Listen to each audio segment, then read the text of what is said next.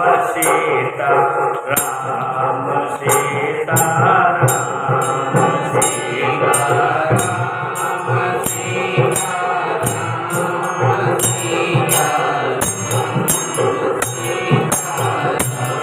मेरा देश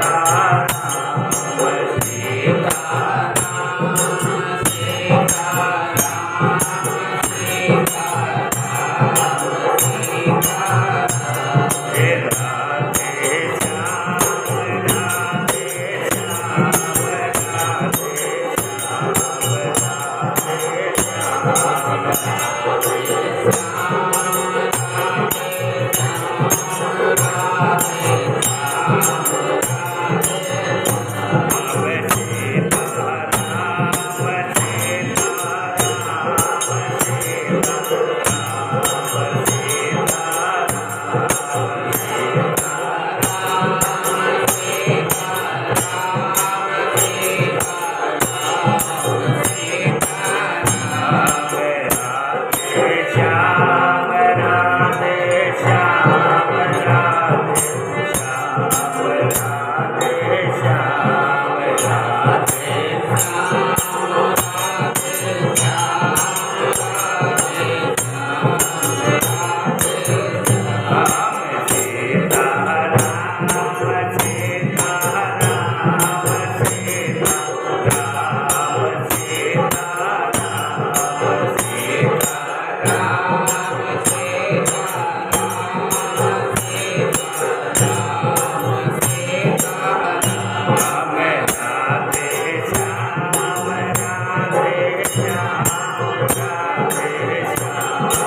राधे श्याम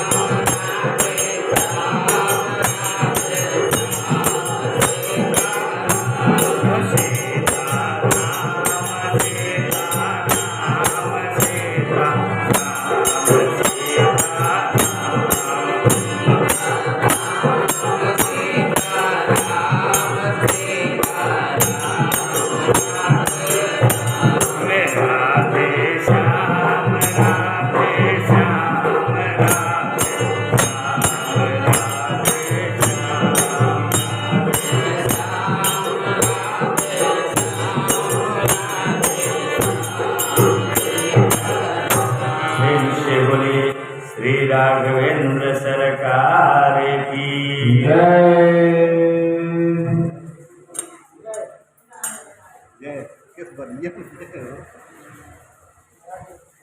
कल का प्रसंग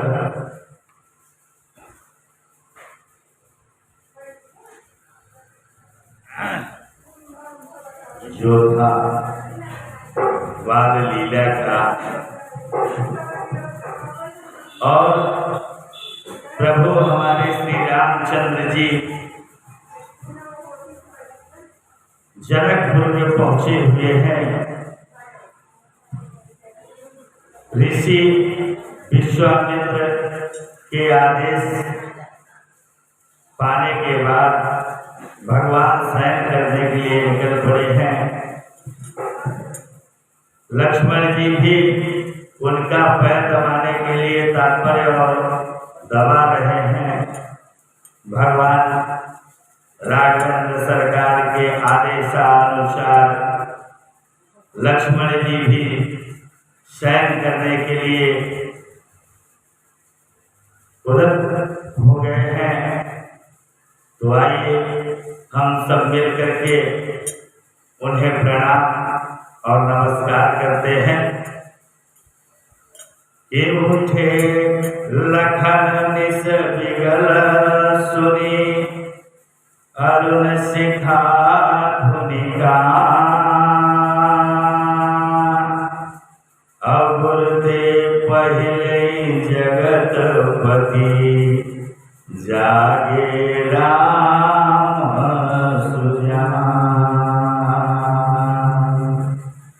सकल सोचि करी जाई नहाए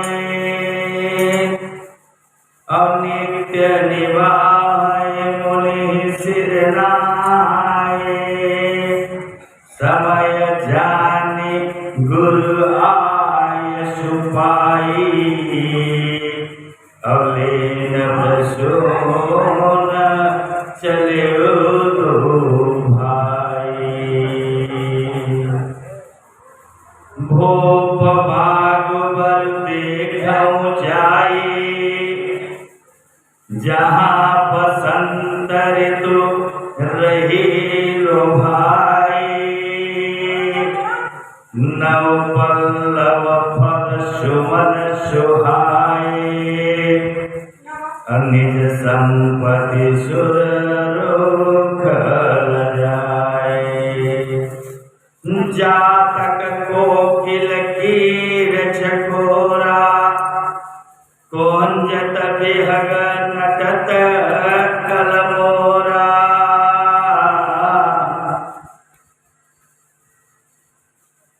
मैं परिपूर्णतम परमात्मा भगवान श्री राघवेंद्र सरकार जी को प्रणाम करता हूँ तहे दिल से।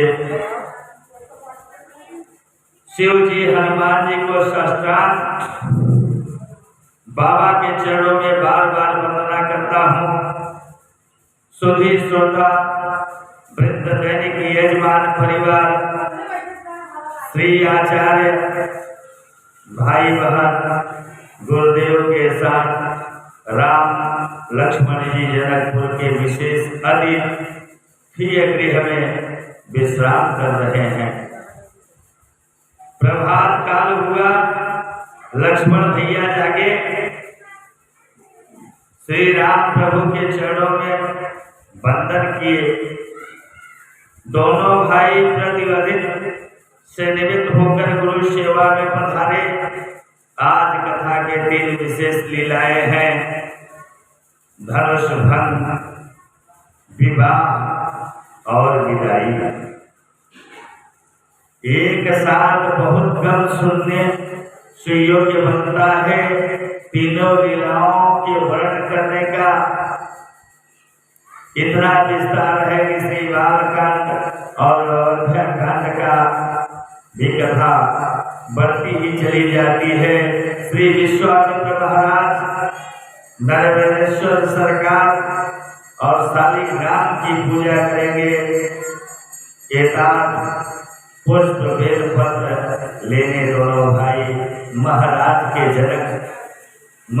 जनक जी की योग वाटिका में पधारे। जिस वाटिका में राम लक्ष्मण जी पुष्पदल लेने पधारे हैं, ये जनक राज की जनाना वाटिका है। यहाँ पुरुष प्रवेश निषेध है, केवल उसमें महिलाएं ही उस वाटिका में जा सकती हैं। वहां पे प्रभु राघवेंद्र सरकार और लक्ष्मण पधारे हैं। यहाँ पुरुष प्रवेश निषेध है। मालीगणों ने मंगल मूर्ति के स्वरूप प्रेम के कारण इनको बुला लिया। चतुर्दिक देखा प्रभु ने, कोई देखा नहीं। तब तक माली की दृष्टि राम जी पर पड़ी। राम जी ने पूछा कि चाहो सचेत पूछो मालीगण और लगे भोल मुदित मन। यहाँ हम लोग पुष्प ले सकते हैं, ऐसे प्रभु माली से पूछते हैं। पूजा के निमित्त लेना है, भाव क्या है? दूसरे के द्वारा लाई गई वाटिका से पूछकर ही फूल उतारना चाहिए। ये नहीं कि किसी के फुलवारी में चले जाए और उससे हम पूछे नहीं और फूल को तोड़ना शुरू कर देवे। तो जब हम पूजा में उसको चढ़ाएंगे तो उसका भाव मुझे अर्पित नहीं हो पाएगा, उसका फल मुझे अर्पित नहीं हो पाएगा, क्योंकि भगवान उसे स्वीकार ही नहीं करेंगे।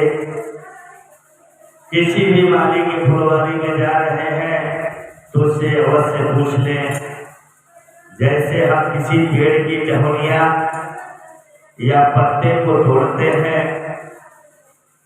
तो पेड़ से आग्रह करते हैं कि हे वृक्षदेव, मैं आपके वृक्ष से टहनियाँ लेना चाहता हूँ या पत्ते लेना चाहता हूँ, मुझे इसकी आवश्यकता जरूरत है। अगर आपका अनुमति हो तो मैं ले लूँ। ऐसा क्षमा याचना करके सब वृक्ष से टहनियाँ या पत्ते को तोड़ा जाता है। तो भगवान स्वयं माली से पूछते हैं कि पूजा के निमित्त मुझे पुष्प लेना है, अगर आपकी इजाजत हो तो मैं पुष्प ले लूं। भगवान ने मर्यादा का निर्वाह किया। मालियों ने कहा हाँ हाँ ले लो, ले सकते हो यार।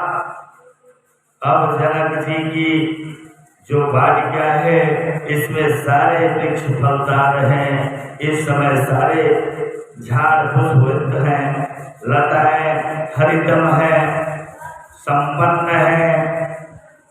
महापुरुषों ने कहा है कि जिसके जीवन में भगवत तत्व से जुड़ने का योग रहता है वह सदैव हरा भरा रहता है, इसमें संदेह नहीं है, आनंद में रहता है। आजकल योग तो योगा हो गया है, योग नहीं रह गया। योग को लोगों ने दवा बना लिया है। केवल एक क्रिया ऐसी है जिसको आप कैसे भी कर सकते हो, वो है नाम संकीर्तन। श्री गुरु जी की जरूरत नहीं है, आप ऐसे बैठ कर कीजिए, सोच कर कीजिए अथवा लेट कर कीजिए, कोई रोक टोक नहीं है। हर कीर्तन करने के लिए, भजन करने के लिए किसी गुरु की आवश्यकता नहीं है, किसी आसन की जरूरत नहीं है। आप खाना बना रहे हैं, कपड़े धो रहे हैं, उस समय भी हर कीर्तन कर सकते हैं, हर स्मरण कर सकते हैं, हर भजन कर सकते हैं। इसमें कोई व्यथा नहीं है और न ही तो कोई रोक टोक है। आप ऐसे बैठ कर कीजिए, सोकर भी कीजिए अथवा लेट कर कीजिए, कैसे भी भगवान नाम संकीर्तन किया जाए तो समझ लीजिए उस परम सत्ता से कैसे भी जुड़ा जाए तो यह योग है। किसी को किसी से मिला दिया, योग हो गया। मिलना योग है, जीव से मिलना है तो योग है।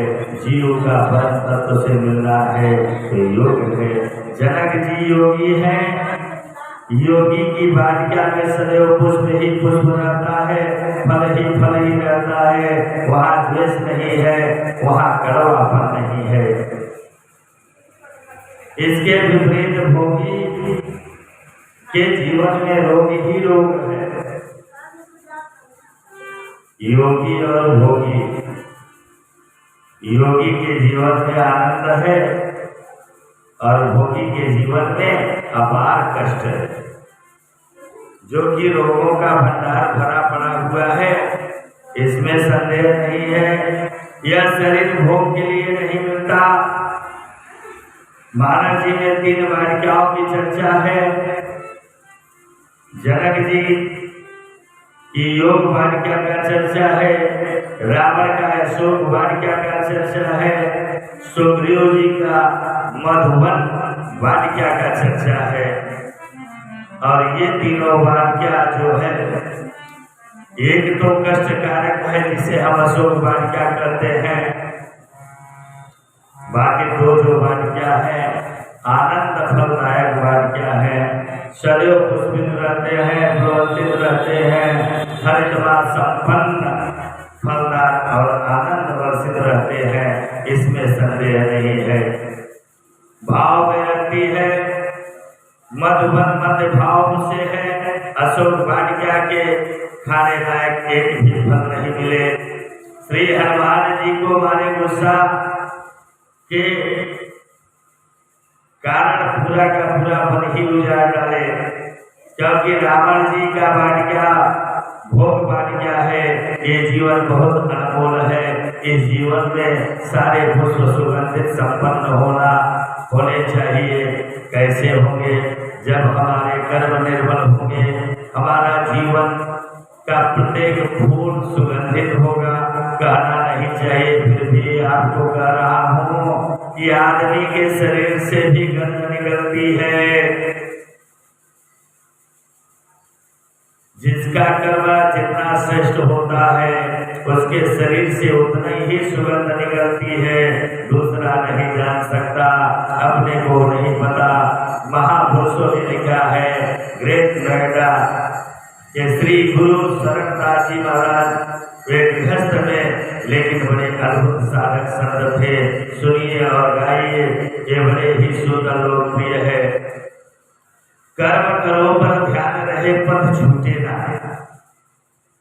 कर्म करो पर ध्यान रहे, पथ छूटे ना।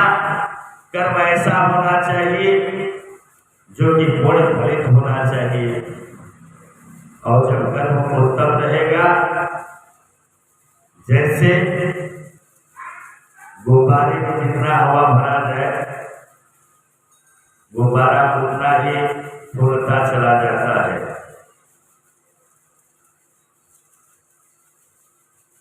और जब वही अत्यधिक भर दिया जाए तो गुब्बारा फूट जाता है। तो कर्म उत्तम होना चाहिए जो कि कभी न फूटे। अब गुब्बारे जैसा कर्म न कर दिया जाए कि पाप रंग हो करके गुब्बारे को खो दिया जाए। अपने कर्म का अवशेषण करते रहना चाहिए। जीवन का अवशेषण होता रहेगा, यह तो पता चलेगा कि हम कहाँ जा रहे हैं। योगी राजा न बन सके तो जो है वो तो बन रहे।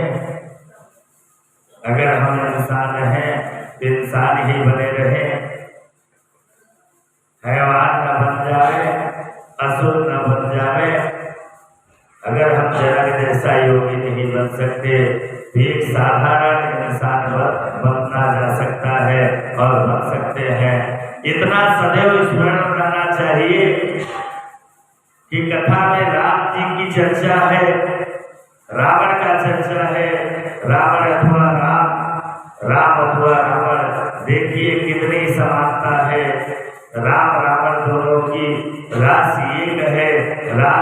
इष्ट भी शिव हैं और रावण के भी इष्ट शिव ही है।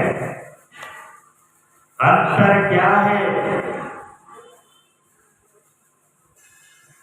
अंतर क्या है? एक का स्वभाव ऐसा, एक का स्वभाव वैसा।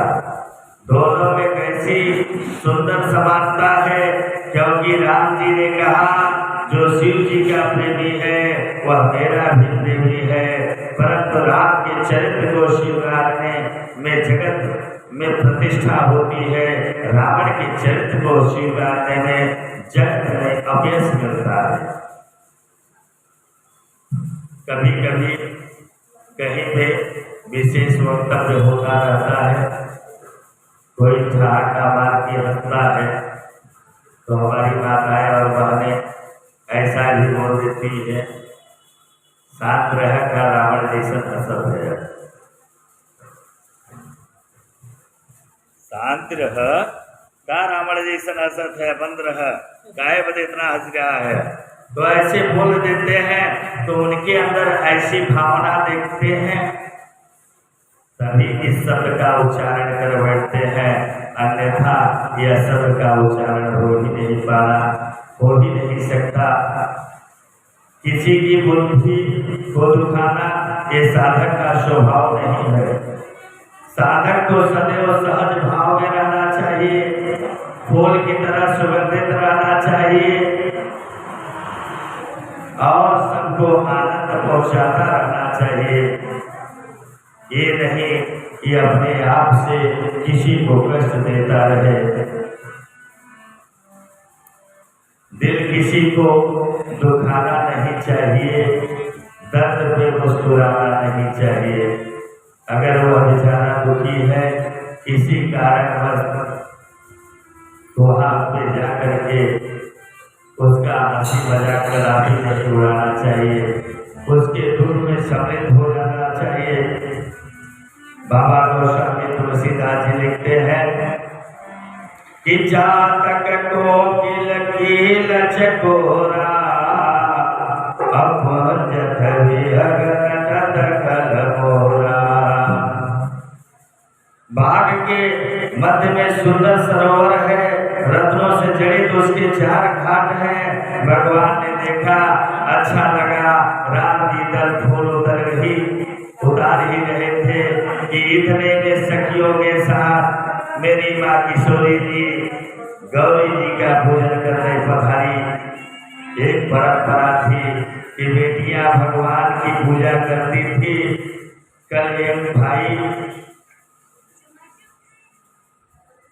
पूछ रहे थे, महाराज नौजवान लोग कथा में धर्म में नहीं लगते, बुजुर्ग लोग ही धर्म में लगते हैं, ऐसा क्यों? इसलिए नहीं लगते कि हम लोग माँ बाप बच्चों को धर्म में लगाने भी नहीं देते। चाहते हैं जैसे ही कोई बालक घोड़ा भी पूजा करने लगा तो आदमी उसका साई को टेस्ट करवाता है, कहीं ये पागल तो नहीं हो गया है, पढ़ने लिखने पे ध्यान नहीं दे रहा है, पूजा पाठ पे बहुत ज्यादा ध्यान दे रहा है। बहुत सारी ऐसे देखने को प्राप्त हुआ है, पर यह नहीं जानते कि पूजा पाठ करने से, भजन करने से बुद्धि, विवेक, ज्ञान, उम्र, धन, वैभव, यश, कीर्ति सभी प्राप्त होता रहता है। इसमें संदेह नहीं है। जो सच्चे मन से, भाव से पूजा पाठ करता है उसे बुद्धि की प्राप्ति होती है, यश कीर्ति की प्राप्ति होती है, वैभव की प्राप्ति होती है। बेटियां पूजा करें, बेटियां पूजा नहीं करेंगी और माँ बाप जिनके बच्चे हैं वो ही करेंगे। जाड़ा में नहीं नहाओ, गर्मी में खूब नहाओ, या कोई बात है? अरे जैसे गर्मी में नहा रहे हो वैसे जाड़े में भी नहाओ ना। मन को इतना कठोर बनाओ कि उसमें अपने आप गर्मी उत्पन्न हो जावे।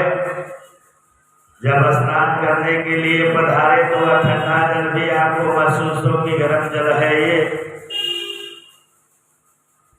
उसके नाम से आप लेते हुए स्नान करिए तो देखिए ठंडी नहीं लगेगी। नहाने से पहले ही मैं कल्पना कर लेता हूँ कि बहुत ठंड लग रहा है, तो नहाने से पहले कल्पना कर लिया बहुत ठंड लग रहा है, तो ठंड तो लगेगा ही लगेगा।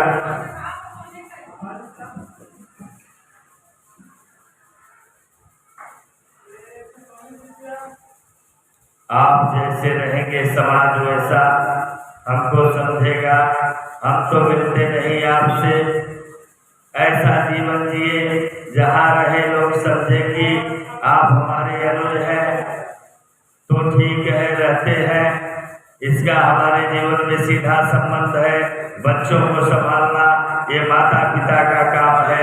माता पिता बिगाड़े तो बच्चे बिगड़ेंगे। हम अगर बच्चों का सदाचार की शिक्षा देने लगे तो बच्चे कैसे बिगड़ेंगे।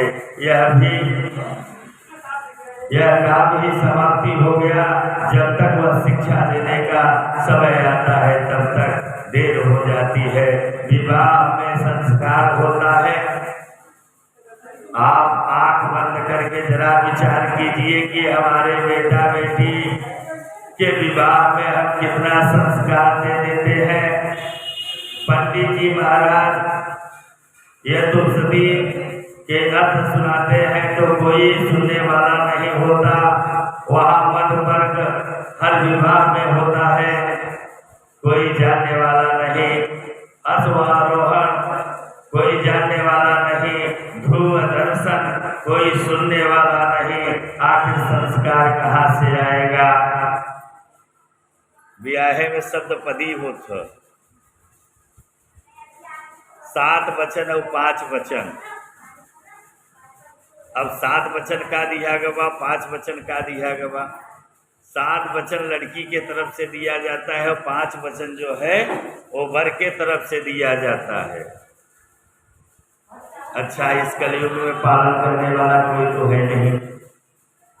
एकाध 2 वचन का पालन कर लेंगे तो बहुत बड़ी बात हो जाएगी, चाहे वो पति हो और चाहे पत्नी हो। शास्त्र ये कहता है बिना पत्नी कथम धर्मम। बगैर पत्नी का आप कोई भी धर्म करना चाहेंगे तो धर्म नहीं हो पाएगा। अपने राघवेंद्र सरकार जब विजय प्राप्त करके लौटे तो अश्वमेध यज्ञ करवाए। सीता जी को तो पहले ही छोड़ दिया था। ऋषि वाल्मीकि जी के आश्रम में स्वर्ण का सीता बनवा करके अश्वमेध यज्ञ चालू किए। उन्हीं के संग तक लव और कुछ घोड़े को रोक लिए थे।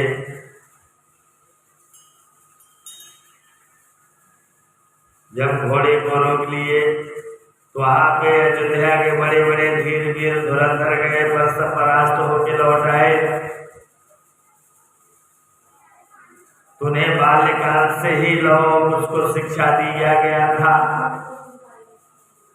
धर्म के बारे में, कर्म के बारे में, योग के बारे में सभी चीजों का ज्ञान दिया गया था।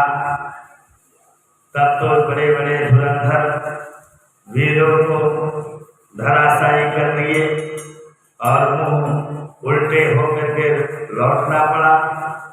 तो जब हम अपने बच्चों को उच्च कोटि का वार्तालाप से करेंगे, धर्म का ज्ञान कराएंगे, कर्म का ज्ञान कराएंगे, तो हमारे बच्चों का विकास आगे उतना ही तीव्र गति से होगा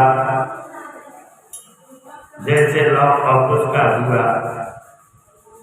जब हम उन्हें धर्म कर्म से विमुख रखेंगे, दूरियां बनाएंगे, सदमार्ग पे नहीं चलाएंगे, तो कोई बीड़ी पीने वाला हो जाएगा, कोई दारू भड़काने वाला हो जाएगा, कोई पत्ती खेलने वाला हो जाएगा। अनेकों प्रकार के दूषित माया जंजाल रूपी चक्र में वो हमारा बसता चला जाता है। तो माता पिता देवस्थान में जा करके पंडित पुरोहित या बाबाओं से मिल करके कहती है मेरे बेटे को तो बहुत तकलीफ हो गया है, मेरा बेटा कहा ही नहीं सुन रहा है।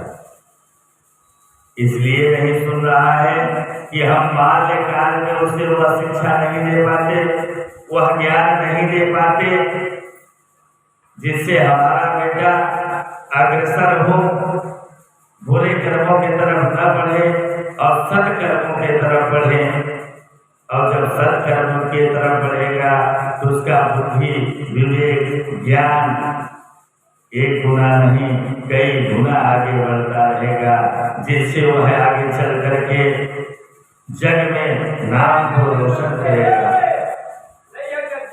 और जब जग में नाम रोशन करेगा तो अपना हृदय प्रफुल्लित हो जाएगा कि आज मेरे बेटे द्वारा यह कर्म हो रहा है। गांव, पूर्ण समाज, जिला, जवार सराहना करना शुरू कर देगा।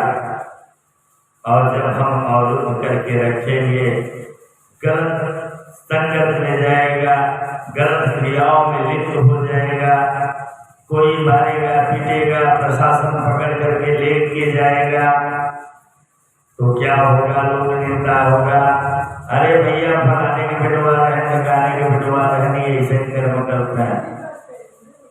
तो उस जगह पे सर ऊंचा होने के बजाय नीचा होना शुरू हो जाएगा, आत्म तकलीफ होगा। कभी कभी कोई माताएं बहनें ऐसे भी सोच लेती हैं कि नहके पुत्र पैदा हुआ है, जौन की कालिक पूछ रहा बाप ने लोगन के मुख में। पर ये कमियां अपनी लोगों की है, उन बच्चों की नहीं है।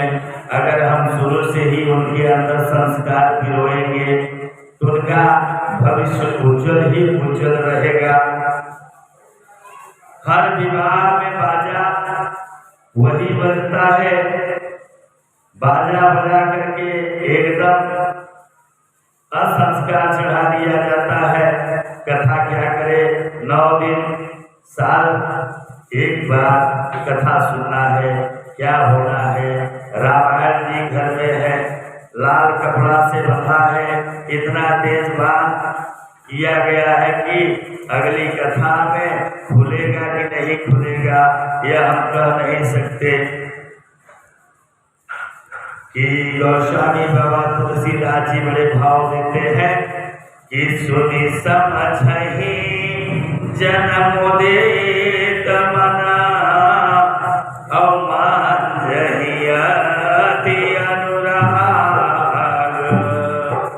औलहै चारि फल अछत तना और साधु समाज प्रयाग।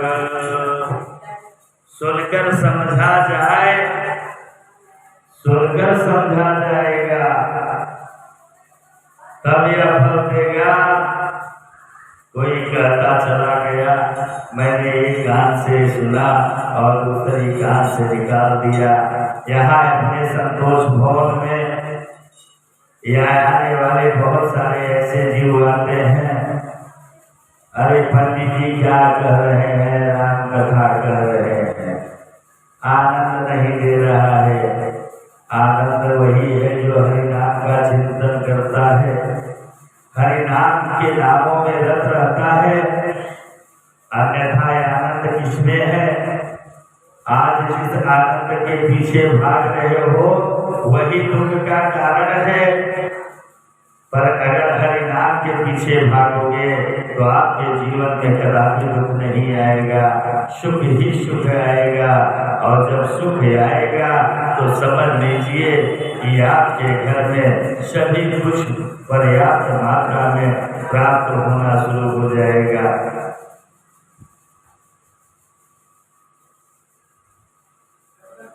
अब जब हम उन समस्त चीजों से विमुख रहेंगे, हरिनाम से विमुख रहेंगे, तो किस प्रकार से हमारा कल्याण होगा, हमारा किस प्रकार से विकास होगा, हमारे बच्चों का किस प्रकार से विकास होगा। जब हम भजनाशय नहीं प्रकार से होगा। फिर आइए हम सब मिलकर के भजन करते हैं अपने श्री राघवेंद्र सरकार का।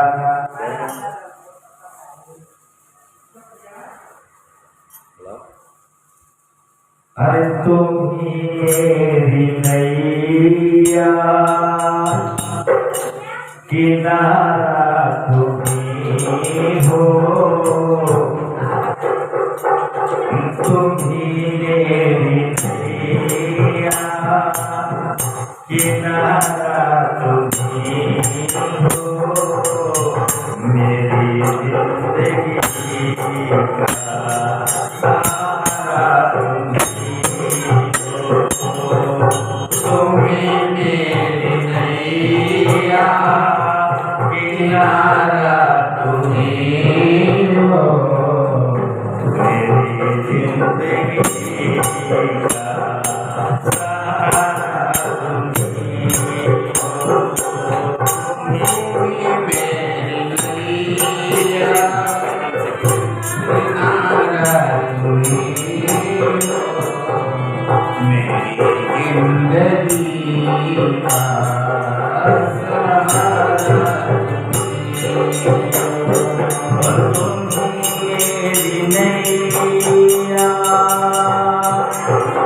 किनारा तुम्ही हो, मेरी जिंदगी का किनारा तुम्ही हो, मेरी जिंदगी का सहारा तुम्ही हो, तुम्ही मेरी नैया, किनारा तुम्ही हो, तुम्ही जिंदगी का का चोला बनाया है तुमने, का चोला बनाया है तुमने, ढंग से सजाया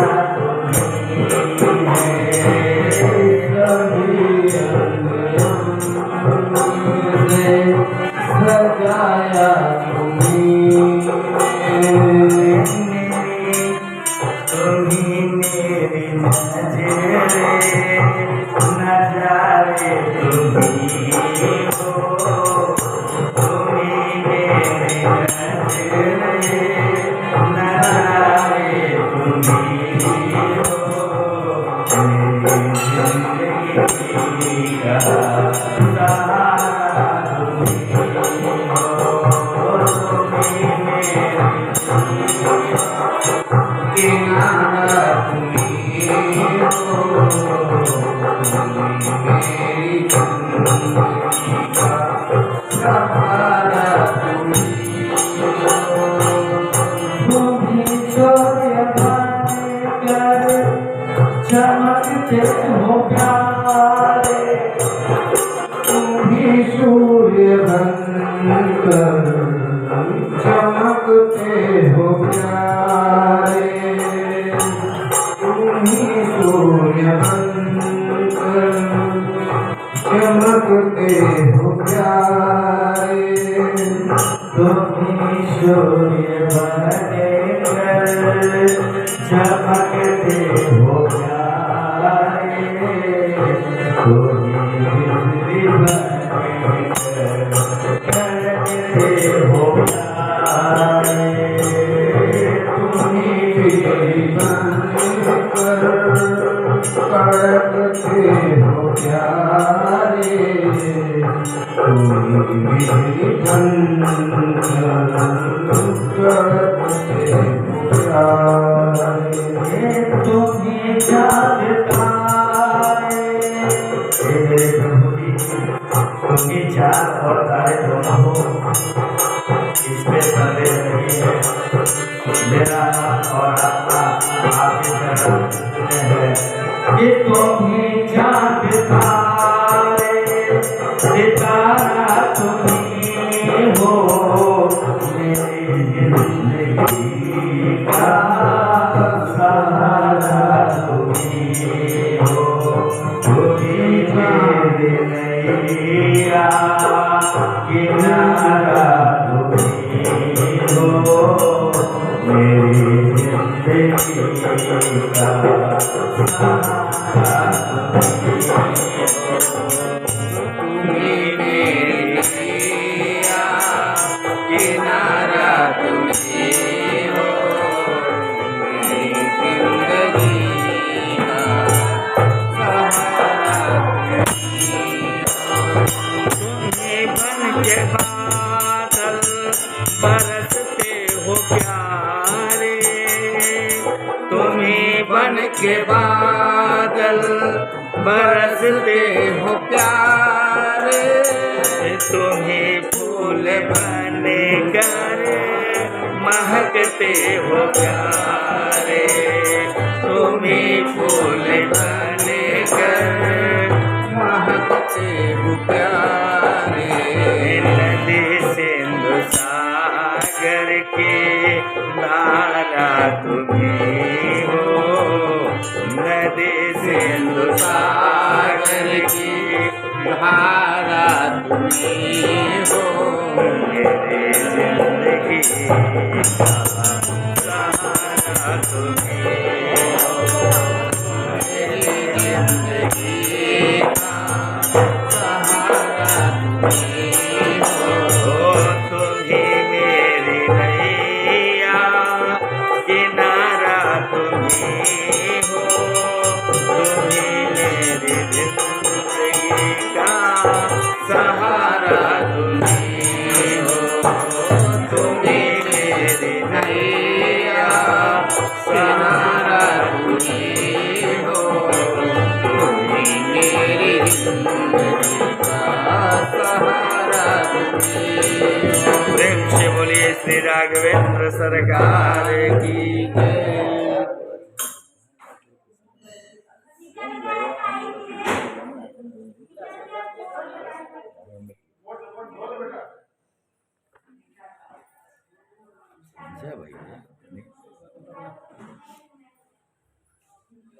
विवाह होने के बाद केवल निर्वाह करना रह जाता है। चला भैया भैल बियाह मोर करबे का, भैल बियाह मोर करबे का, पड़ी विपद कपारे तो के तद होए पड़बई करे, ऐसे आज के इंसान सोच रहे हैं। पर ये नहीं जानते कि 7 चुटकी सिंदूर मांग में डालने के बाद वह कन्या अपने पिता, माँ, भाई, बंधु, सखा, सहेली सभी को छोड़ करके पराये पुरुष का हाथ पकड़ करके चली जाती है। उसके मन में जरा सा भी संशय नहीं रहता कि मैं आज इनका हाथ पकड़ रही हूं, कल मेरे साथ क्या होगा। पर खुश मन से अपने मैका छोड़ करके, माता पिता का घर छोड़ करके और पति के घर पे आ जाती है। भाई 1 साल तक तो बड़ा रज गज रहता है। 1 साल के बाद तू मैं शुरू हो जाता है। कोई ऐसा परिवार है जो कि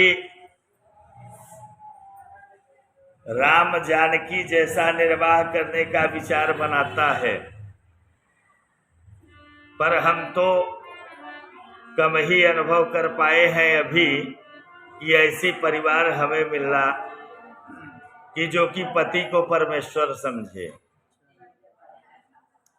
और पति महाशय पत्नी को देवी की दर्जा देवें। आजकल के पति तो मैं मद में चूर घर पे पहुंचे तो प्रेम से मुस्कुरा करके नहीं बोलेंगे, बड़े भयंकर शब्दों का उच्चारण करेंगे, जिससे पत्नियां अक्सर उनके दिल में आघात पहुंचता है उनके मन में अनेकों प्रकार की तरंग चलना शुरू हो जाता है। लास्ट में जब ज्यादा उब जाती हैं तो कहती हैं विदा कर दीजिए, मैं मैके जाऊंगी। बेचारी मजबूर होकर के मैके का रवानगी लेती है। पर वहां पे भी जाने के बाद उनका मन और दिल जो है अपने पति और पति के घर के प्रति कुढ़ता रहता है।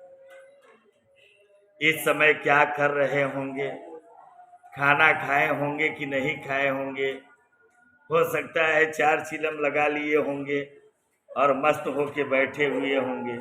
ऐसा भी बहुत सोचने वाले हैं भैया। यह भी सोच लिए होंगे कि कहीं ऐसे यार दोस्तों में बैठ करके बोतल मार लिए होंगे। चिलम की तो बात ही छोड़िए, दो बोतल मार लिए होंगे। पर हर एक लड़की का शादी से पहले यही ख्वाहिश हुआ करती है कि मेरे पति जो भी मिले, लूला हो, लंगड़ा हो या काना हो, उससे कोई फर्क नहीं पड़ने वाला हो। मेरे मान सम्मान को गिराने वाला न मिले। मेरे मान सम्मान को गिराने वाला न मिले। समाज में मुझे अपने हथेलियों पे लेकर के चले और मेरा सम्मान करें। कभी कभी मैं रास्ते में आ जा रहा देखता हूँ, पति महाशय अपने पत्नी को रास्ते में ही गाली देना शुरू कर देते हैं। चारों तरफ के लोग उनको देखना शुरू कर देते हैं। अरे उन्हें यह ज्ञान नहीं है, तुम्हारे कुल की देवी है, वंश को बढ़ाने वाली यह देवी है। अगर जिसके घर में नारी न हो तो वह घर नहीं रह जाता, भूतों का डेरा हो जाता है वहां पे। और जिस घर में नारी का अपमान होता है वह घर घर नहीं शमशान भूमि हो जाता है। नारी निंदा मत करो, नारी नर की खान और नारी से नर होत है ध्रुव प्रहलाद समान। और जिस घर में नारी का अपमान होता है वहां पे लक्ष्मी कदापि खुश नहीं रहती। वहां लक्ष्मी सदैव रुष्ट हुआ करती है। न तो धन का समावेश होगा, ना ही तो अन्न का समावेश होगा और ना ही तो जन का समावेश होगा। अनन्य प्रकार के उसके घर में रोगों की उत्पत्ति होती रहेगी, धनाभाव रहेगा, अन्नाभाव रहेगा। वह आदमी कभी खुशहाल नहीं महसूस अपने आप में करेगा, अपने आप को दुखी ही महसूस करेगा। आज जितने भी लोग आगे बढ़े हुए हैं उनके पीछे नारियों का हाथ है। आज हम कहीं भी जा रहे हैं, देवी का पूजा करने के लिए मंदिर में आते हैं तो किसका पूजा करते हैं? देवी का ही पूजा करते हैं। किसी का भी नाम ले रहे हैं कि राम के साथ सीता का नाम लिया जा रहा है, कृष्ण के साथ राधा का नाम लिया जा रहा है, बाबा के साथ माता पार्वती का नाम लिया जा रहा है। इसीलिए भगवान भोलेनाथ नारियों का वर्चस्व बढ़ाने के लिए अर्धनागेश्वर का रूप धारण किए हैं, अर्थात आधा नारी और आधा पुरुष। बिना पत्नी कथम धर्मम, बगैर पत्नी का कोई धर्म नहीं हो सकता। कोई अंकुर नहीं उत्पन्न हो पाएगा। जब तक हम खेत में बीज नहीं डालेंगे तो क्या खेत अपने आप फसल पैदा कर देगा? गेहूं, ज्वार, चना, मटर अपने आप तो खेत पैदा नहीं करेगा। तो जब फसल डाला जाएगा तभी खेत से बीज डाला जाएगा, तभी खेत से फसल की उत्पत्ति होगी। अगर हमारे घर में नारी नहीं रहेगी तो संतति की उत्पत्ति कैसे होगा? कुल खानदान कैसे बढ़ेगा? और जब कुल खानदान नहीं बढ़ेगा तो कुछ ही समय में उस वंश का विनाश हो जाएगा। तो उस वंश में कोई दीपक जलाने वाला नहीं रह जाएगा, द्वार को बुखारने वाला कोई नहीं रह जाएगा। तो उस घर में भूतों का जमावड़ा हो जाएगा, देरा हो जाएगा। अब भगवान श्री रामचंद्र जी और राम योग वाटिका में पुष्प लेने के लिए पहुंचे हैं। उधर सखियों के साथ माता जी जानकी मैया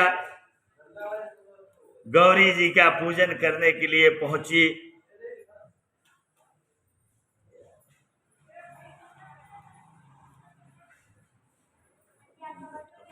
गर्मी हो रही है, धूप हुआ पथरवा गर्म। किसी की जान ले लो आप तो क्या यह सात्विक अहम है? अरे आप ही करते हैं तो आप ऐसा उद्यम करिए कि धीरे धीरे सब करने लगे, सबको प्रेम करिए।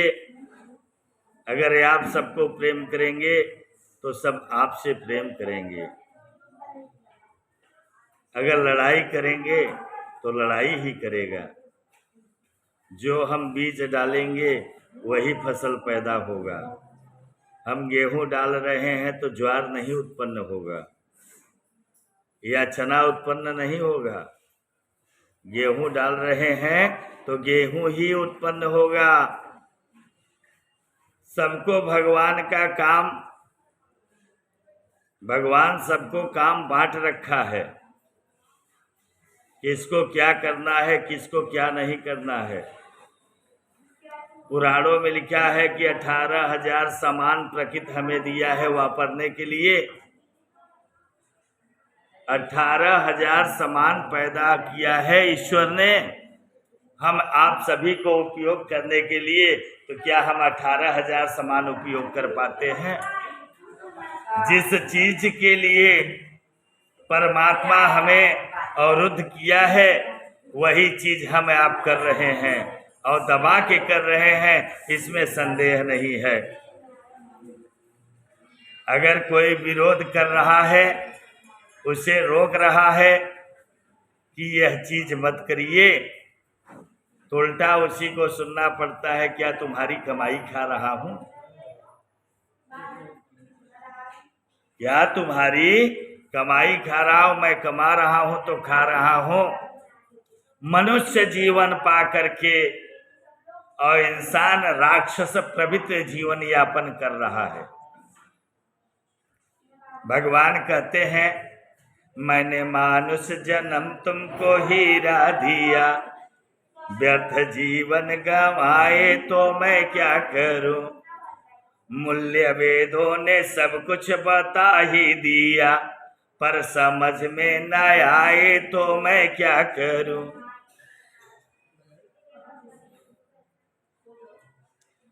यह अनमोल जीवन परमात्मा ने दिया और वेद ने इसका व्याख्यान किया। मैंने खाने को सब कुछ दिया, मेवा मिष्ठान भी मैंने पैदा किया, फिर भी हो निर्दयी जीभ के स्वाद में, तू मांस मदिरा खाए तो मैं क्या करूं। परमात्मा मांस और मदिरा सेवन करने के लिए मनुष्य को नहीं बनाए हैं। मनुष्य को बनाए हैं, दूध है, दही है, मेवा है, पकवान है, फल फ्रूट है, उससे भी कहीं उत्तम चीज मनुष्य को खाने के लिए दी है। पर मनुष्य अपने जीव के स्वाद में जन्म जन्मांतर 7 पुष्प नष्ट कर देता है। शास्त्रों में लिखा है, तमालम खादंति कल्प नरक्योनि वासम। जो तमाल खाता है यानी सुरती खाता है, एक कल्प नर क्योनि में वास करता है। ब्राह्मण विप्र को छोड़ करके तांबूलम पुंगी फलम सेवनीयम द्वितीय कल्प नर क्योनि वासम। विप्र को इसलिए छोड़ा गया है कि नारायण का प्रसाद है तांबूल यानी पान सुपारी। तो विप्र मीन्स ब्राह्मण, नारायण का प्रसाद ब्राह्मण सेवन कर सकता है, इसलिए ब्राह्मण को पान सुपारी लौंग इलायची छूट है। पर अन्य जितने भी स्वजाति बने हुए हैं, अगर वह भक्षण कर रहे हैं पान सुपारी का, लौंग इलायची का, तो 2 कल्प नरक योनि में वास करते हैं। धूम्रपान सेवनीयम, बीड़ी पीते हैं, सिगरेट पीते हैं, गांजा पीते हैं, चरस पीते हैं, 3 कल्प नरक योनि में वास करते हैं। 1 कल्प बोले तो 1000 वर्ष का 1 कल्प होता है, तो 3000 कल्प नरक योनि में वास करते हैं। मांस मदिरा सेवनीयम, सहस्त्र जन्म कल्प नरक योनि वासम, हजारों जन्म नरक में पड़े रहते हैं, उनका उद्धार होने वाला नहीं है, क्योंकि परमात्मा यह नहीं दिए हैं। कहते हैं लोग ये तो सोमरस है। सोमरस किसे कहा गया है उन्हें यह भी ज्ञात नहीं है। सोमरस उसी को कहा गया है कमल के डंठुलियों से टपका हुआ रस। कमल का फूल आप लोग देखे होंगे, तो उसका जो रस टपकता है, अगर 1 चम्मच आप रस उसका सेवन कर ले तो आपके शरीर में जितना ताकत है उससे दुना ताकत महसूस होगी। तो उस समय देवलोग कमल के डंठुलियों से टपका हुआ रस का पान करते थे और राक्षसों से युद्ध करते थे। उसी का नाम है सोम रस। पर आजकल के लोग गटर छाप दारू पी के कहते हैं ये सोम रस, कुछ भी सोम रस पिए हैं तो नरकारूढ़ी अपना जीवन नरक में बना रहे हैं। तो आगे का चलते हैं प्रसंग। भगवान से प्रेम करो, सबको प्रेम करो और भगवान तक पहुंचाइए। मेरी माँ सखियों के साथ गीत गाती गौरी पूजा हेतु चलती है कि गौरी दरबार चला, ओ सखी गौरी दरबार। सखिया मिल करके गीत गाती हैं कि हे जानकी जी आइए गौरी जी के दरबार में चलते हैं और वहाँ पे माता गौरी जी का पूजा करते हैं। वहाँ पे स्नान वगैरह करती हैं सखिया सहित सीता जी, वस्त्र वगैरह धारण करती हैं और फिर गौरी मंदिर के लिए पूजा के लिए निकल पड़ती हैं। पूजा की नय अधिक अनुरागा, और माँ गौरी जी का पूजा किया और पूजा करके उनसे वरदान मांगा कि हे माँ मुझे लायक और सुंदर वर की प्राप्ति होए, लायक और सुंदर वर की प्राप्ति हो, जिसका यश कीर्ति विद्यमान हो। कि बरनत छवि जहत सब लोगो, अवावस देखे देखन जोगो। सब लोग यही कहते हैं देखने लायक, चलकर देख लो, बड़ा सुंदर है, ये तो जानकी के विवाह योग्य है। ये वर जो है यानी श्यामला रंग का, ये हमारी जानकी के सुयोग्य है। लोग आपस में विचार विमर्श कर रहे हैं। उधर मर्यादा पुरुषोत्तम श्री रामचंद्र जी और भाई लक्ष्मण योग वाटिका में और माँ पूजा करके लौट रही है। तो राम ने देखा सिया को, सिया ने राम को, और चारों अखिया लड़ी की लड़ी रह गई। बजा ले बच्चा, बजा ले, गाना है चांस देगा।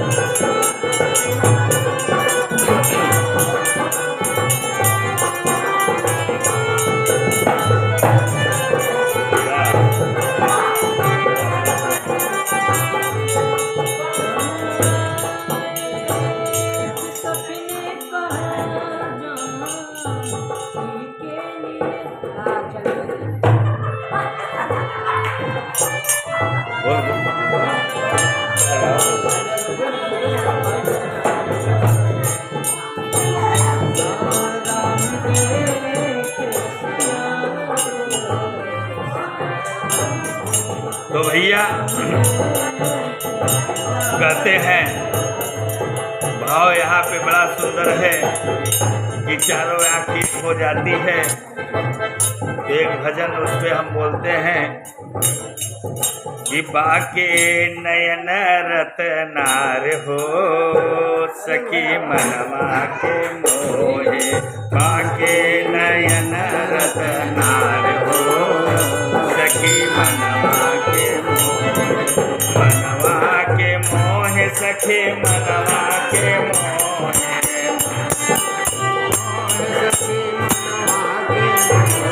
हे बाके नयन रतनार हो सखी मनवा के मोहे, बाके नयन रतनार सखी मनवा को मोहे, मनवा के मोहे सखी मनवा के मोहे, मनवा के मोहे सखी मनवा के मोहे, हे शोभे लायवत कुमार हो मनवा के मोहे, शोभे लायवत कुमार हो सखी मनवा को मोहे, हे बाके नयन रतनार हो सखी मनवा के मोहे, बाके नयन रतनार हो सखी मनवा को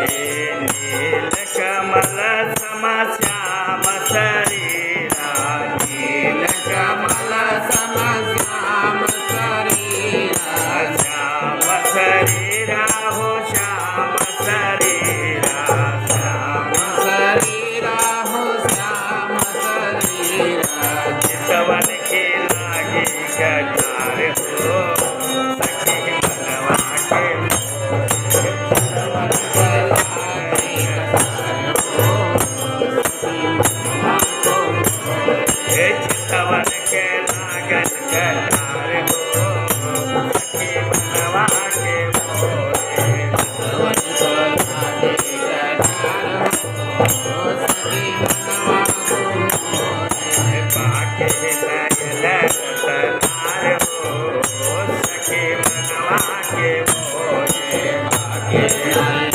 रतनार हो सखी मनवा को मोहे, मनवा के मोहे सखी मनवा के मोहे, मनवा के मोहे सखी मनवा के मोहे, हे मनवा के मोहे सखी मनवा के मोहे, मनवा के मोहे सखी मनवा के मोहे, हे बाके नयन रतनार हो सखी मनवा के मोहे, बाके नयन रतनार हो सखी मनवा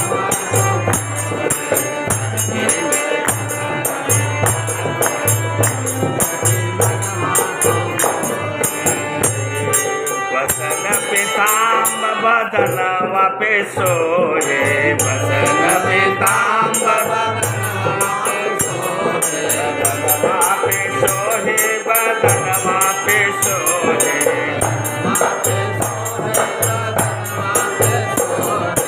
शोभेला तिलक लीलार हो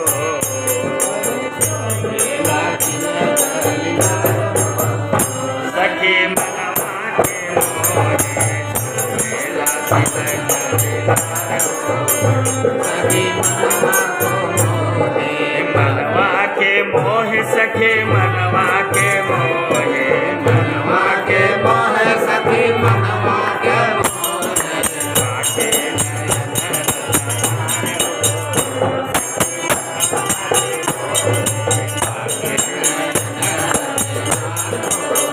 सखी मनवा को मोहे,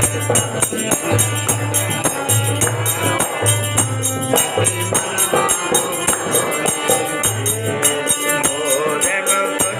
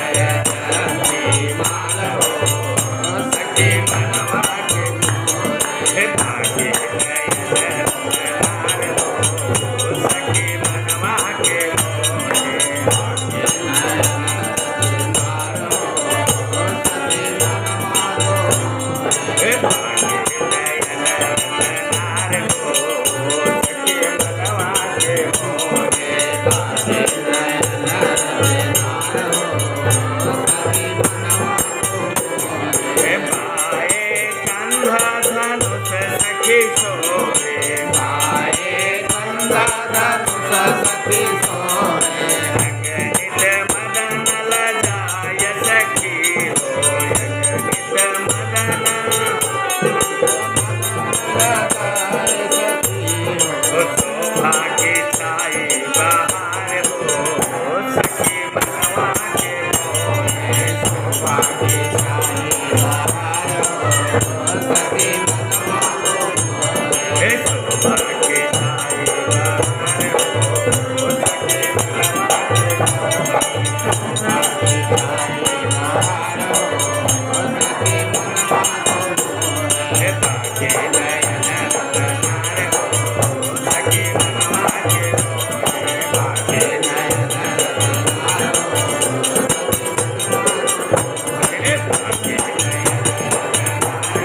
हो सखी मनवा के बोलिए प्रेम से श्री राघवेंद्र सरकार की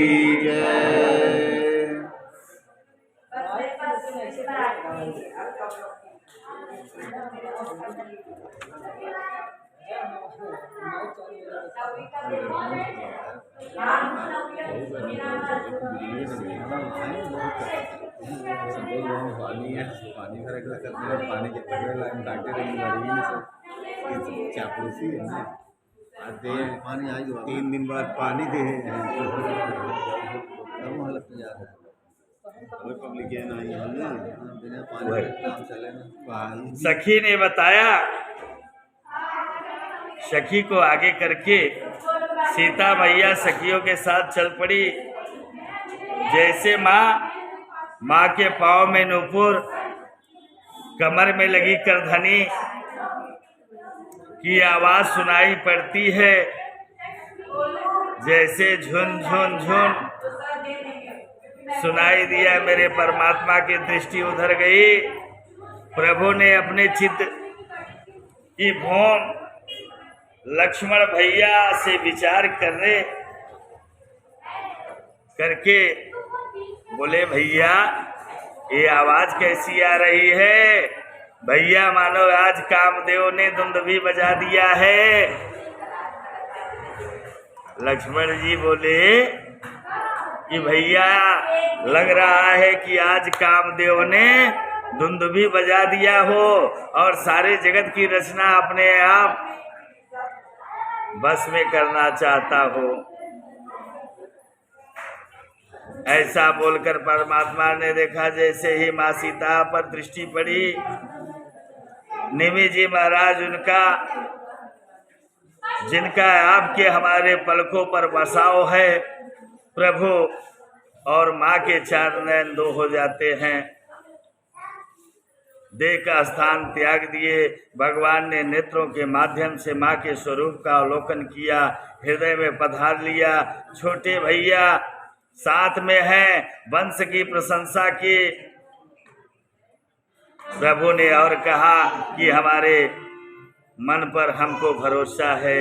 लक्ष्मण भैया जागृत तो क्या, स्वप्न में भी पर नारी पर दृष्टि नहीं फेरेंगे, क्योंकि इनकी स्थिति जो है वो ब्रह्मचर्य की स्थिति बनी हुई है। ऐसा भगवान ब्रह्मा जी ने अपनी गति विचार कर सराहते हुए ठाकुर जी ने लक्ष्मण से कहा क्या कि तात जनक तनयाय सोई और मनुष्य जग जहि कारण होई। भैया यही जानकी जनक जी की पुत्री लगती है, सीता जी जिनके लिए धनुष यज्ञ हो रहा है। लक्ष्मण भैया ने पूछा होगा कि इस समय यहाँ कैसे? प्रातः काल परमात्मा ने कहा लगता है इसकी माँ ने इनको गौरी जी का पूजा के लिए भेजा है। देखिए एक ऐसा भी संस्था है, माँ का स्थान भगवान से भी पहले है, इसलिए भगवान को बाद में कहा जाता है, माँ पहले कहा जाता है। कभी चोट लग जाती है या कुछ हो जाता है, अरे माँ, पहला ही शब्द फूट पड़ता है माँ। जल्दी पिता या बाप कोई नहीं कहता, दुख हो या सुख हो पहला शब्द निकलता है माँ। तो माँ का पूजन शादी में जब कन्या को बुलाया जाता है मंडप में, तो समस्त देवी देवता एक जगह रह जाते हैं, पर माँ गौरी का पहले ही पूजा कराया जाता है उस कन्या के हाथ से, क्योंकि ये सनातनीय विधि है।